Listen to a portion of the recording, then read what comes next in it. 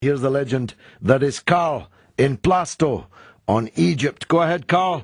Before I get to the Egypt bit, a couple of times I've pointed out to you that Channel 4 television and BBC News seem to have a standing order for negative reports of some kind or another, usually from China. I gave an example of Jon Snow asking his reporter if he thought the Chinese really understood how powerful they had become.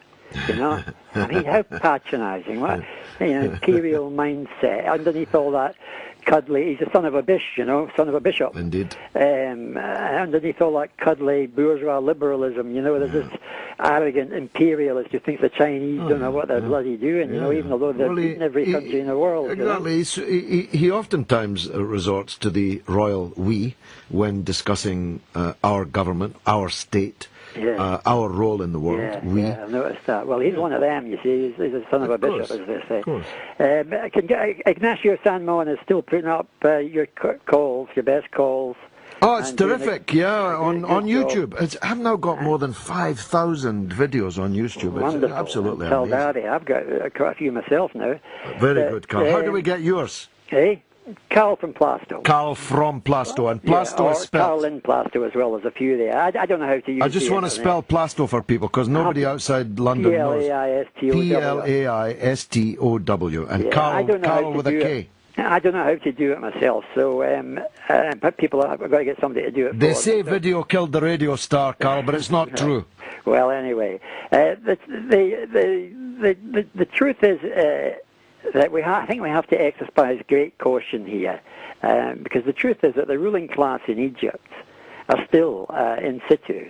They were although they're dressing themselves up now as the peacemakers and the mollifiers, they've been the same people. I mean, Mubarak himself is of the army. He's a uniformed soldier.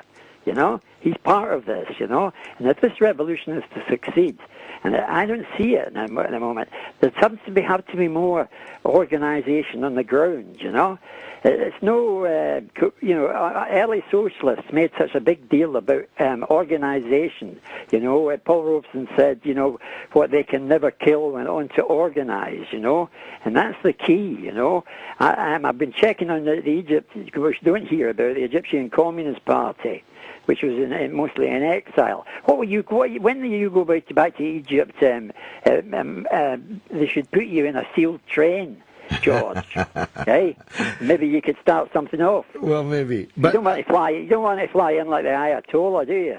Well, that was a successful flight, Karl. No, yeah, but so was the successful sealing in the train. That was successful as well. Indeed. But this was another time, another epoch, Karl. I think there are things that we have to accept that have changed. There is no vanguard. There is no leading force. There is no revolutionary party. There's just a mass of millions upon millions of people. Now that has its strengths and it also has its weaknesses. You're right. Yeah, but you can't go anywhere without organisation. No, but they've done quite well. They've just overthrown. What I'm frightened about is just be frittered away. Yeah. Because the people who own, in the end, it comes down to who owns the guns. Yes, but there's a lot of guns. People who own the guns today as owned them yesterday. Yeah, but the guns are in the hands of ordinary soldiers. They may have notionally a line of command and control. You're right. But as Andrew Green was saying earlier, Karl, if the top brass had ordered the soldiers to fire on those millions, the soldiers would have refused. Yes, they were too wise to do that, which happened in the Russian Revolution as well. But if you can get the ordinary soldiers to come with you, yes. Yeah.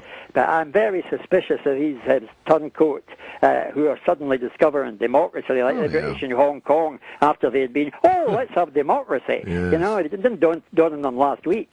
A couple of months ago. Did I speak to you before? This is a digression.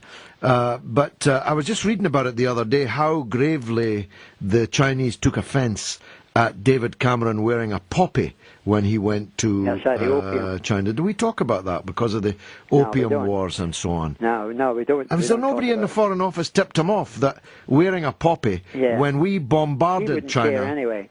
When we bombarded China. I was watching a program about China, and it said how Chinese don't like to come to the West because they get bullied.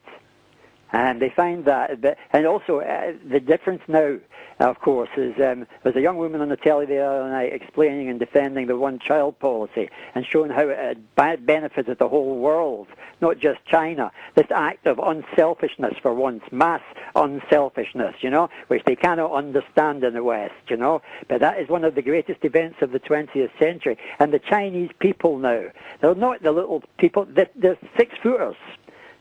They've changed completely. Exactly, because they've got good food to eat, by and large. Thanks for that, Karl. Sorry we ranged far and wide there, but it's always great to talk to you.